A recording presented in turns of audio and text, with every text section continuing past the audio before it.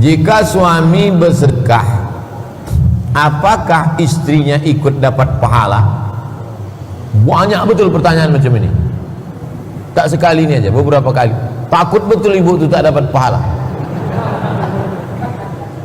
Karena uang suami bukankah uang istrinya juga?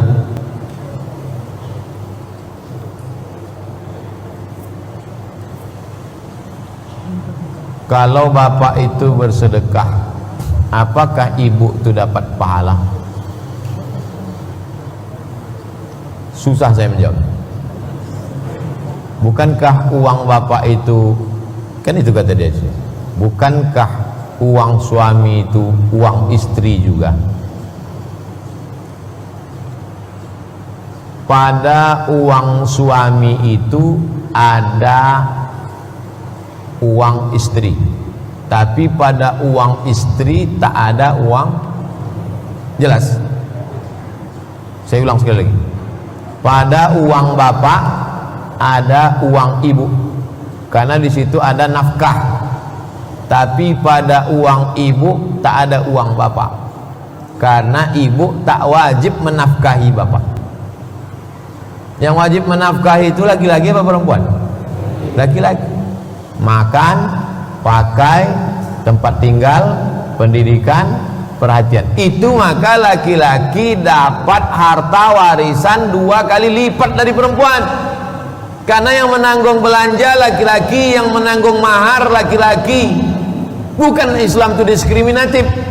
Islam itu memuliakan perempuan. Al-mu'minuna wal mu'minat ba'duhum awliya'u ba'd. Mereka saling tolong-menolong. Man amila sholihan min dzakarin, laki-laki, au unsa, perempuan, wa huwa mu'minun, syaratnya beriman, fala nuhyiyannahu hayatan thayyibah, kami akan berikan mereka kehidupan yang baik-baik. Jadi kalau bapak beramal soleh, ibu itu dapat. Kenapa? Karena di dalam harta bapak ada milik ibu yang disebut dengan nafkah. Kalau ibu beramal soleh, apakah dapat bapak? Dapat. Kenapa? Karena ibu adalah tanggung jawab bapak. Kullukum ra'in, si bapak ini pemimpin.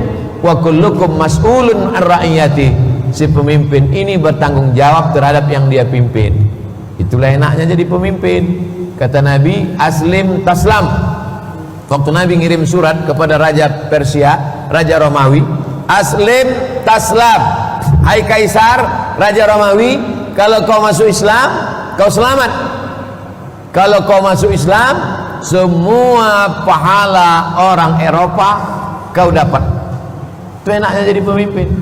Tapi kalau kau tidak masuk Islam, maka rakyat-rakyatmu kafir, kau juga ikut menanggung dosanya. Nah, begitu cara pengambilan hukumnya.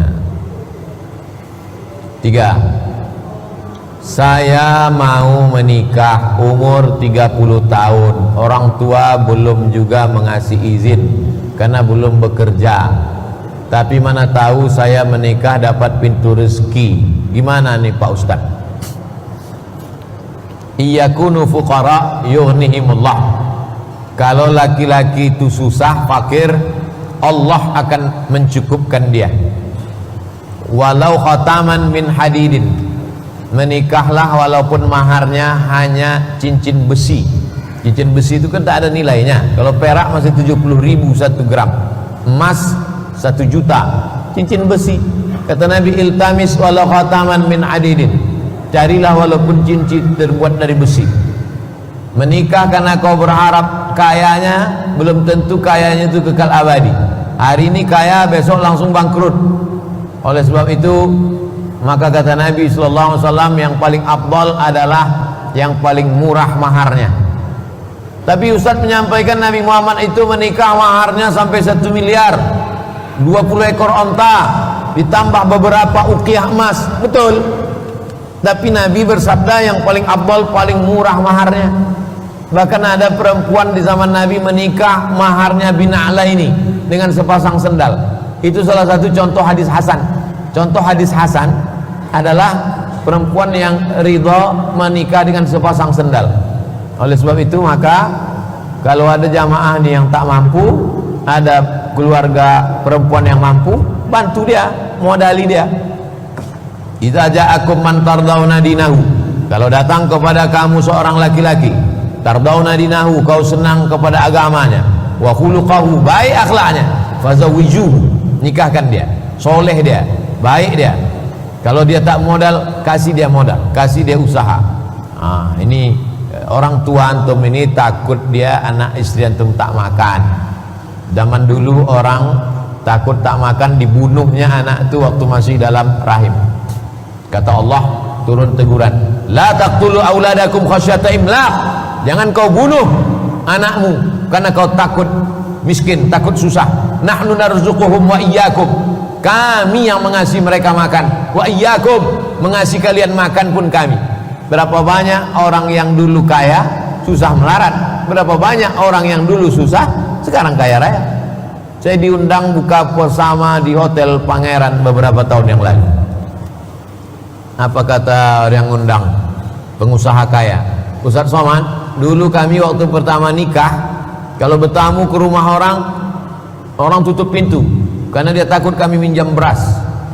Sekarang diundangnya satu ballroom tuh untuk keluarga dia buka bersama. Ibu itu bercerita, dulu Pak Ustadz kalau kami datang ke rumah orang pasti kami dituduh mau minjam beras. Oleh sebab itu jangan sepele menengok orang susah. Tu'izzu man tasya wa tudhillu man tasya. Saya Ibu Sukarti, umur 72 tahun, dari Jayapura. Jayapura ini bukan dekat Air Molek, itu Japura. Dari Jayapura, Papua. Selalu mengikuti ceramah Ustadz di TV maupun di YouTube. Saya sudah rapid test, dinyatakan sehat, langsung ke Pekanbaru 20 hari yang lalu. Alhamdulillah bisa mengikuti langsung seperti ini. Mohon doanya Pak Ustadz agar saya selamat dunia akhirat.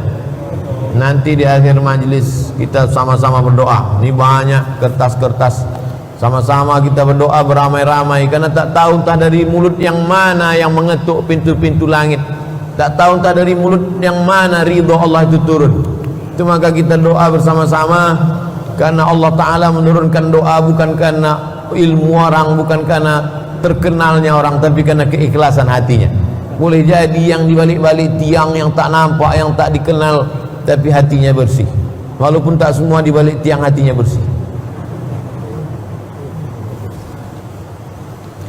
Ketika keturunan Nabi menikah dengan orang biasa, apakah keturunannya masih mewarisi darah Nabi?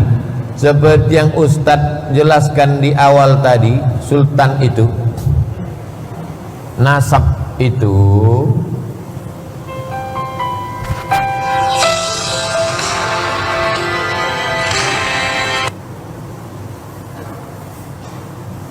kalau Sayyid menikah dia dengan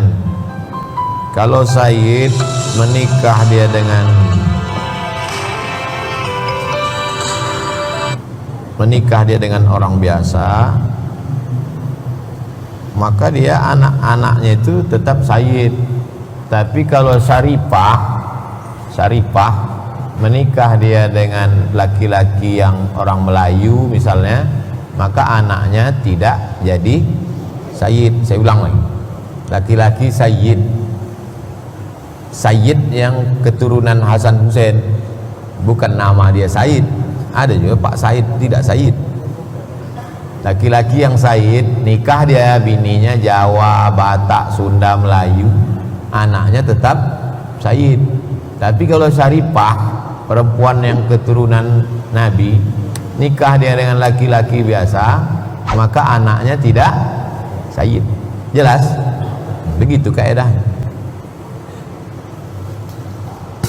Makanya anak cucu sultan itu Sayyid Syarif, Sultan Syarif Qasim. Sultan Melayu yang Sayyid, Melayu Siak, Sultan Pelalawan, Sultan Pontianak, Sultan Abdul Hamid yang kemarin katanya pengkhianat yang difitnah itu, Sultan Pontianak. Sekarang Sultan yang ke-14, pendirinya Sultan Abdul Rahim, marganya Al-Qadri. Di samping sungai di Kalimantan Barat, Pontianak, kemudian Sultan Brunei Darussalam.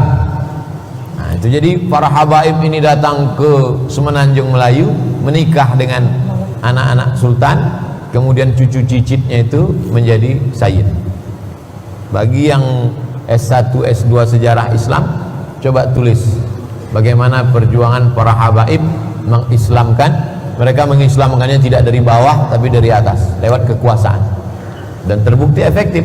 Kesultanan-kesultanan itu menjadi kesultanan yang Islam.